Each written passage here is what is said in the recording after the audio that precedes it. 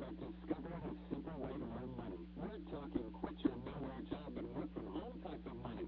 IncomeAtHome.com has come to us for listeners who want to work from home. Listen to this. I have to tell you, it's the best decision that I ever made because when it comes to my income and my husband's income, this business has allowed us to quit our job and we're back at home full-time and loving it. Best decision I ever made. Listeners, IncomeAtHome.com is legit. They're connected to a multi-billion-dollar company doing business in 70 countries for nearly 30 years. And one of the few work-from-home companies with an A-plus rating. Get a full or part-time. If you're ready to make a change and start earning money from home, go to IncomeAtHome.com now. Don't miss this chance. Visit them now. They're giving away $1,000 to someone just for checking them out. $1,000. Visit IncomeAtHome.com. IncomeAtHome.com. That's IncomeAtHome.com. This portion of 540 WFMN is brought to you by MakeCountyFL.com. In a recent column, Rich Marcus of the Washington Post contends that Obama could be a strangely passive president. She cites Obama's reluctance to get involved in the details during the Obamacare debate, his inaction on entitlement reform, his not speaking up forcefully on Libya or the Wisconsin labor battle. But her biggest beef with Obama's slipperiness is on economic matters, his refusal to specify which part of his deficit commission's recommendations that he agrees with. Ms. Marcus also faults Obama for seeming more like a passive bystander in the current budget battle with House Republicans. She says that he's unclear about what spending cuts he'd be willing to accept or fight for, and unlike Bill Clinton, is not sending cabinet members and other flacks out to blame Republicans for hurting families and children. Obama is, she writes, too often more reactive than inspirational, more cautious than forceful. Apparently there's unhappiness with the pharaoh amongst members of the state-controlled media apparatus.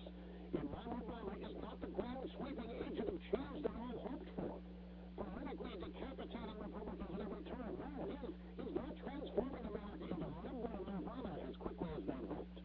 Well, look, the economy's stuck in low gear, unemployment's still rampant, taxes are too high, spending levels are beyond belief, not to mention the mess that is Obamacare, and the regime's dismal performance on energy, foreign policy, and everything else he touches. Ruth, you consider this maybe is just incompetent?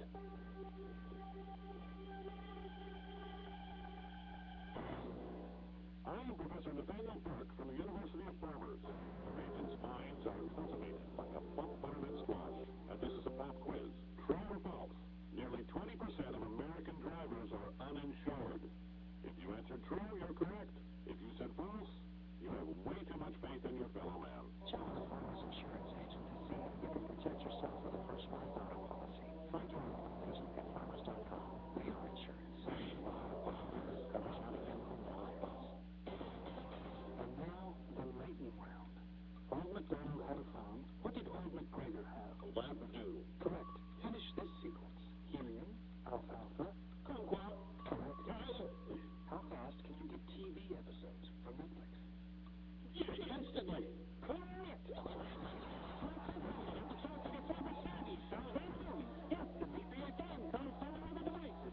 All for only $8 a month from Netflix. See terms of use.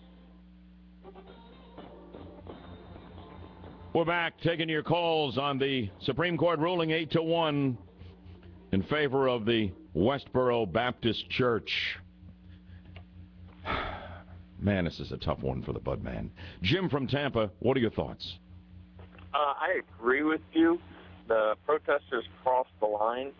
I am definitely in support. The family should be allowed to, make peace with the situation without being protested against and having their rights violated to, have family time and to grieve. Good. And to get past is there a but coming up in your narrative? Are you going to say but the First Amendment's got to be protected? Slippery slope. That's fine. We all, as Americans, should die for the right for them to have their say, even if it's negative against the situation. So you're saying the Supreme Court got it right? No, absolutely not. They have a right to protest, but not in the face of the people who are burying their dead. Thank you very much. I agree. Alito said, that when publicly offensive speech is also and perhaps primarily personally painful, the Constitution doesn't protect it. Our profound national commitment to free and open debate is not a license for the vicious verbal assault that occurred in this case. Mr. Snyder wanted what is surely the right of any parent who experiences such an incalculable loss to bury his son in peace. But respondents, members of the Westboro Baptist Church, deprived him of that elemental right. When we're talking about rights here, gang. Mike and DeLand weighing in. Good morning, Mike. Good morning, bud. How are you doing today? Okay, and you? I'm doing good. This is one of the few times that me and you disagree about an issue. I'm a born-again Christian. I'm saved by Jesus. He's the only God. Jesus is the only way to heaven. And the Westboro Baptist Church disgusts me. They are not a church. They are not Christian at all. But they do have the right to free speech. I street preach, and whenever I street preach, people get disgusted at what I say. But you're not causing any personal pain. People may not like your message. You're not causing intense personal pain. That's different, Mike, and Alito pointed that out.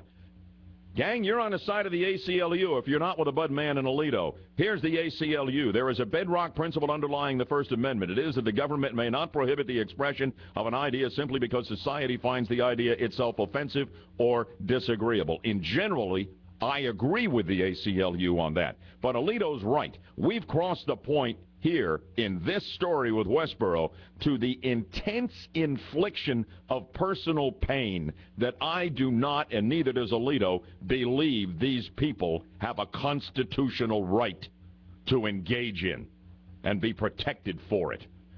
We're going to take a few more phone calls and back up the brain buster a little bit. Stay on the line. You and me and Westboro and the Supreme Court decision. 7:52 real-time traffic and weather together on the twos.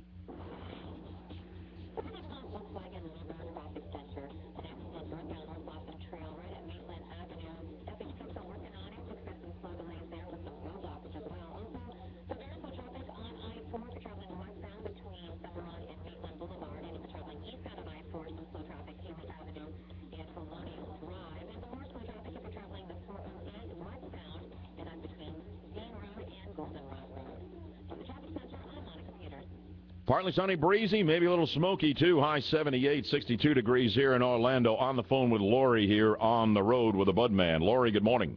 Good morning, Bud. Thanks for taking my call. My pleasure. I just wanted to say that I do believe in free speech, but this has gone in the wrong direction, and I think it can be stopped to the degree on how we've defined a hate crime. You can't stand outside a synagogue and scream anti-Semitic and hold signs without it being construed as a hate crime. It's true. I think we just need to define the definition of a hate crime. And need to put this under the umbrella, the Westboro people. Yes. Thank God for dead soldiers. You're going to hell, etc., in the presence of a grieving family at a funeral. Exactly. Yeah. Because it's a hate crime against our military. Appreciate you. Here's Peter in Winter Garden. Go ahead, Pete. Good morning, Bud Man. I am so on your side. It's disgusting. I think everyone that hears your voice needs to call their local congressman and get a bill up to Washington that makes it illegal to protest any soldiers or any federal employees. They do have buffers that states are able to create, state by state, to keep them at a distance. And that has been done here. There's a question about whether they could actually hear these protesters, but then they went back after them in the internet, and the Supreme Court didn't even deal with that part of the personal pain that was inflicted. Peter, thank you. I appreciate your support. I'm sure Sam Alito does too. Brent, you're in Davenport. Quickly, please. Hey, Bud. I agree with you about 99% of the time, but this I can't. I mean, I despise what these people say. I despise it more because they're trying to represent Christians, which I am. But free speech, you have to protect it even when you don't agree with it. They were, I think it's 300 yards away they had to stay. And even the stuff on the internet, I mean, it... Yeah. All right, I see where you are, but keep in mind you're on the side of the ACLU. How does it feel over there? All right, here's Glenn in Orlando wrapping it up. Quickly, Glenn. Right. I just wanted to bring up for all, there's a new election coming up, and I just wanted to bring up for all the young voters, if they're not aware of this, that when the Supreme Court does make decisions and reminding them that the sitting president at the time is the one who has the single prerogative to appoint justices. Yeah. The Supreme Court rules on two ways. Number one, they rule on abiding by the common conscience of Glenn, I got to cut you loose. Correct me. I try to reach a higher moral. Hang on a minute. I got to sum it up. You're talking about elections having consequences, and Supreme Court picks are certainly the biggest consequences, perhaps, of any presidential election. Keep in mind, across the liberal spectrum, the conservative spectrum on the court, except for Alito, this thing was 8-1 for the Westboro gang. All right, load up on the phones for the Budman's Brainbuster question of the day. It's a question about our national anthem, 407-916-5400. Give me a call, and we're going to fire up. And what do we have up for grabs in the prize closet today, Jenna? Today we have a pair of tickets to watch the Houston Astros take on the New York Mets in a spring training game. It's Tuesday, March 8th. Holy cow, spring training. Thank you, Harry Carey. All right, now, full bank of phones already. Wait for the buzzer and a wrong answer and get in on the late rounds at 407-916-5400. On this date in 1931, the Star-Spangled Banner became the official national anthem of the United States. Here's my question for you. How many times is God mentioned in the Star-Spangled Banner? It has 4 verses. How many times is God mentioned? Let's go to line 1, please, on the Brainbuster. How many times? 6. No, it's less than 6. 407-916-5400. Line 2, how many times is God mentioned? 3. No, keep on going, gang. 407-916-5400. Line 3, do you know? 2. No, the countdown is on. Line 4, what do you think? 1. One time only. You are our winner. And it's actually in the seldom heard 4th verse. Then conquer we must, winner cause it is just, and this be our motto, in God is our trust. That's the only time in the entire Star-Spangled Banner. What's your name and where are you calling from? Annabelle from Kissimmee. My friend, stay on the line. We're going to get you those baseball spring training tickets. You're going to love the game, and congratulations. Another happy contest winner on WFLA. One more hour to go here on BHL. On the backside of the news, among other things, I'm going to run through this really tepid field of GOP presidential contenders and tell you why so many of them are rethinking, I believe, plans to jump into the race. Stay tuned. 7:58 on BHL.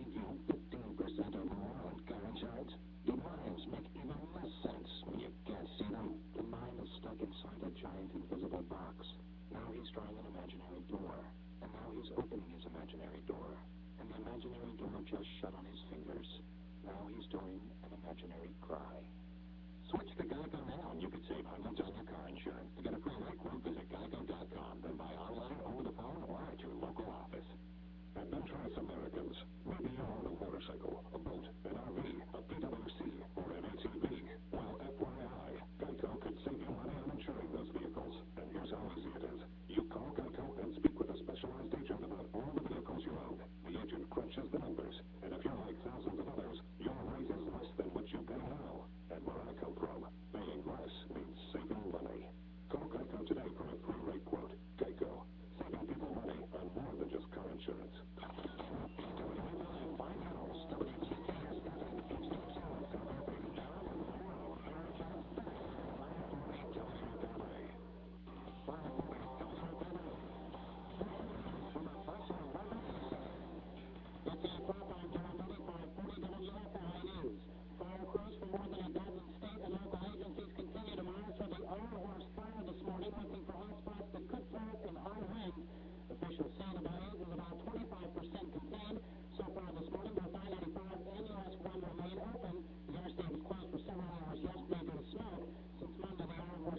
consumed more than 7